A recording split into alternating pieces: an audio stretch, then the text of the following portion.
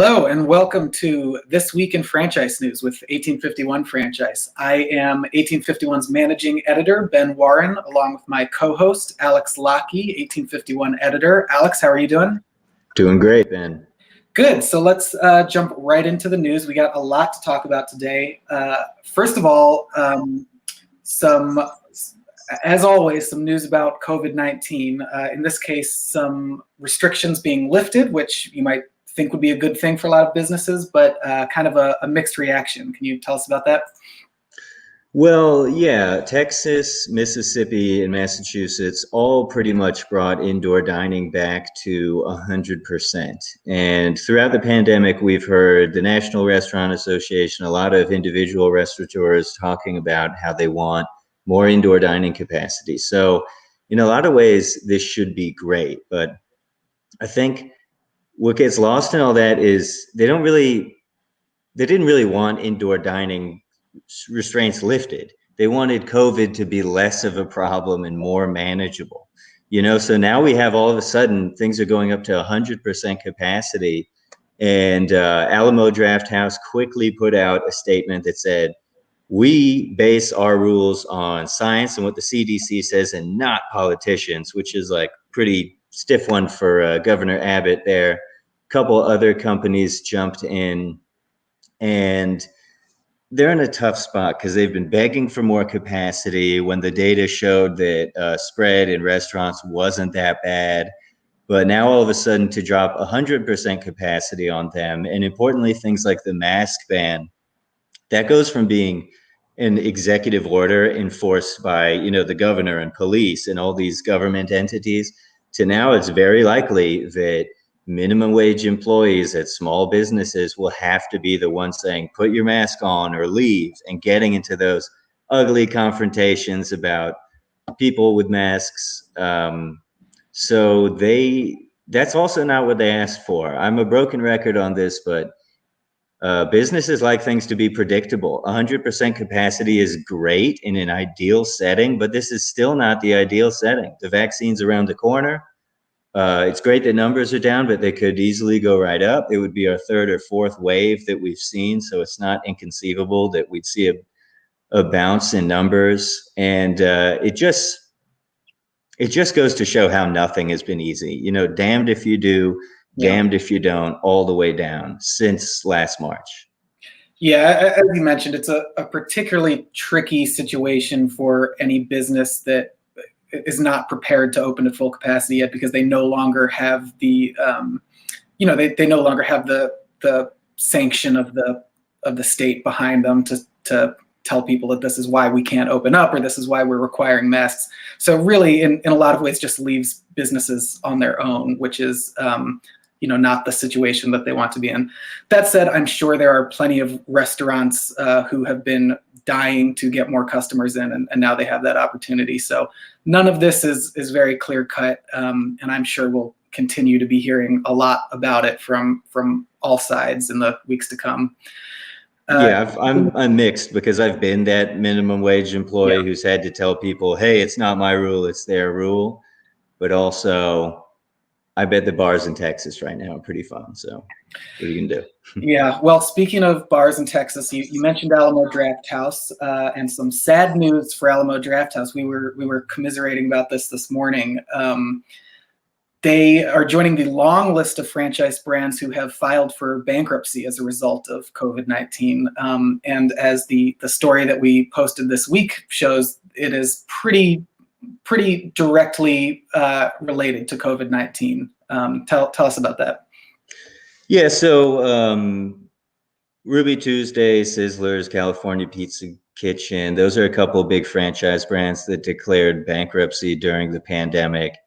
Ruby Tuesdays or Sizzler, maybe they were on their last legs before the pandemic, but this one looks pretty cleanly like a pandemic casualty. Alamo Drafthouse reported its best ever year in 2019. 2020 just absolutely did a number on them. They're a theater and a restaurant. They have, they're paying for a kitchen. They're paying for all this crazy overhead. They have some great leases. They had to close their flagship location at the Ritz in Austin. And I think people were really there. I felt like generally I was seeing a lot of copycat restaurant theaters, and that everyone was coming around to like, this is a cool way to dinner and a movie. And you got to feel pretty bad for them. It's always sad to see them declare bankruptcy. They're going to mostly keep their stores open, but it just hurts because it feels like if the pandemic was 3 months shorter, or if they had like some better guidance, or they just missed it and they're going to get sold to a big holding company. Hopefully that company keeps alive what people loved about Alamo Drafthouse, because I do know they have a lot of real fans. They're not just, they're like strict about COVID, but they were.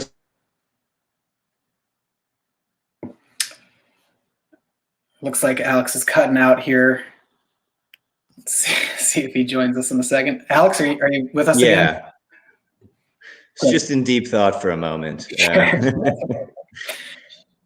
That's it though. It's just sad to see with it's really sad to see, and it's, you know, it stokes one of the fears that I have coming out of COVID, which is that you know, there's this great sort of culling coming where we're going to lose a lot of the really cool brands out there. You know, AMC can survive this. Alamo Drafthouse apparently not quite big enough to survive this. So, like you said, you know, they're not going away. This is one of those bankruptcies that is more of a financial restructuring. There's a couple locations. Sorry, go ahead. AMC's interesting because they were probably going to lose too, but they survived because of their ridiculous stock thing that happened. They were in the GameStop bundle, and now there's going to be a whole ETF that like holds all these meme stocks. So AMC, I don't know what it's trading at right now. My brother made a bunch of money on it. I actually worked during the day. I need to take a break and check the ticker, but oh well. Yeah, it's a good point. So I guess our call to action here is Reddit users, please go save Alamo Drafthouse for us. Neither of us have ever been. Yeah, find a way. Next up, speaking of a brand that is less likely to go anywhere as a result of COVID, there's some news coming out of McDonald's this week.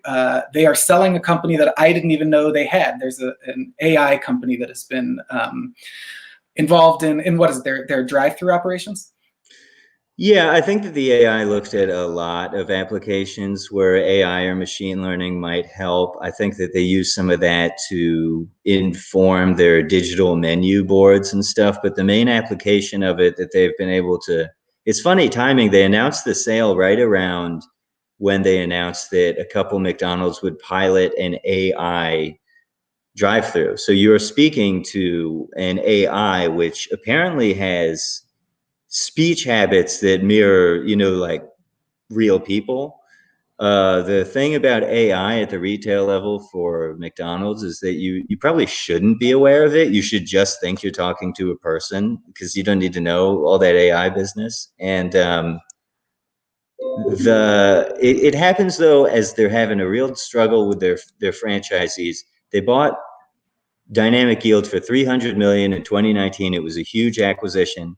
Throughout the pandemic, their franchisees are complaining about technology fees, marketing fees, and McDonald's says, we're cutting drive-through times, we're spending $100 million on marketing. Your money is going to good places, but now what are they going to do? They're going to sell Dynamic Yield they bought it for 3, maybe they'll sell it for 3.5, 5, whatever. And then they make $500 million while their franchisees are struggling and accusing them of, you know, discrimination and everything else. I just don't see it going over well with the franchisees. Yeah, I mean, McDonald's has a long history of tumult between the corporation and the franchisees. So it will be curious to see how that plays out in the coming weeks. So the sale is not finalized yet, is that right? Yeah, actually, they're looking into it. Yeah. If you're in the market, Ben, it's all you. I could use some AI. Maybe take over this video hosting duty for me. You're doing great. Our final story of the week, a story that is maybe not super surprising given the the history of the relationships between delivery apps and restaurants, but that relationship is not getting any better as we are learning about how customers are starting to figure out ways to use delivery apps to kind of scam restaurants and take even more money out of their pockets than some of those third-party apps are already taking out of restaurants' pockets. Yeah, so there's a really sad story. The LA Times published that a Korean restaurant run by an entrepreneur, a young woman who just makes great Korean food, I guess, opened up a restaurant.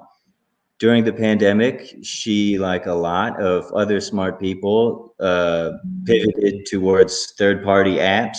It's a great way, we talked about before, that like it's the new foot traffic. Having the new corner location, like being featured on the front page of Grubhub or something, is having the new giant lease on a huge, awesome property, because that's where people are looking. That is the marketplace now. So she did what smart business people said to do, and that was to get on these apps. And she gets on the apps. One day she gets an order for $700. She's had a history of fraud, so she photographs everything. She makes sure that everything is right. This guy shows up, doesn't say anything, real tight lip. She is like really thanking him, like, oh, this is great. What's the food for? We love having you as a customer, you know, doing like what a business owner should do, you know, like schmooze a bit once you get a big spender in there. And the guy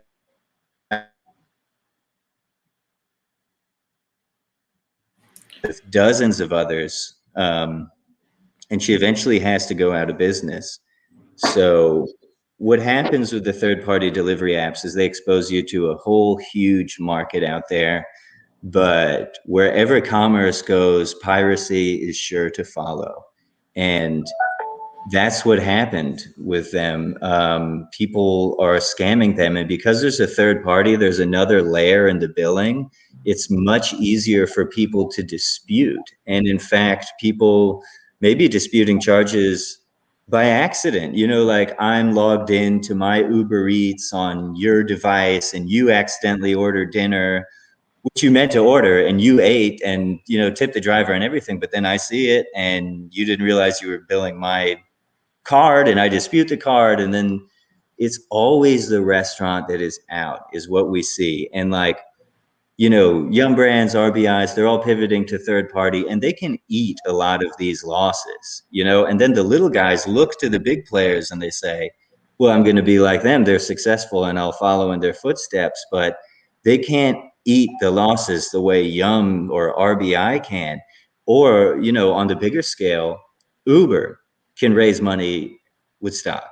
You know, Grubhub, DoorDash, any of these big tech companies can raise either privately VC or on the stock exchanges, they can raise a ton of cash.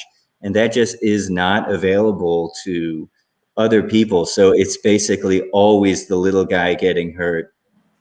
And in that way, it's a story we've heard before, but it's one we're going to keep talking about as long as I'm around, because I think it's really important to look at the way that these big tech conveniences that enter our lives can impact the people we at least nominally say we'd like to support, the small businesses. Right. Yeah, and you know, it's another reason why franchisors need to be really conscious of the resources that they are providing to their franchisees who are the small business owners. I mean, I think, you know, you mentioned how Yum and RBI are pivoting towards third-party delivery solutions.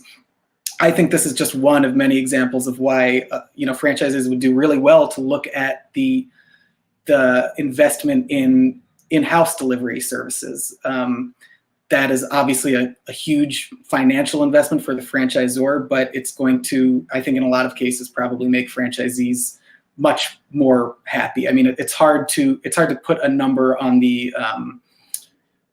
you know, the sort of morale issues that come with your franchisees getting scammed out of delivery orders. So, you know, this is not the first and certainly not the last story we're going to hear about how third-party apps are not best friends with restaurants. But you know, I don't know. Hopefully that relationship will start to change soon. Yeah, we'll see. Yeah, I'm not really holding my breath for it. Anyway, that's all the news we got for this week. Join us again next week. We will have a whole new batch of stories for you. Alex, thank you so much. Right. My Uber Eats is here, actually. So okay, perfect. All right. All right. Well, take care, and we will see you next week. All right. Gotta roll the outro any second now.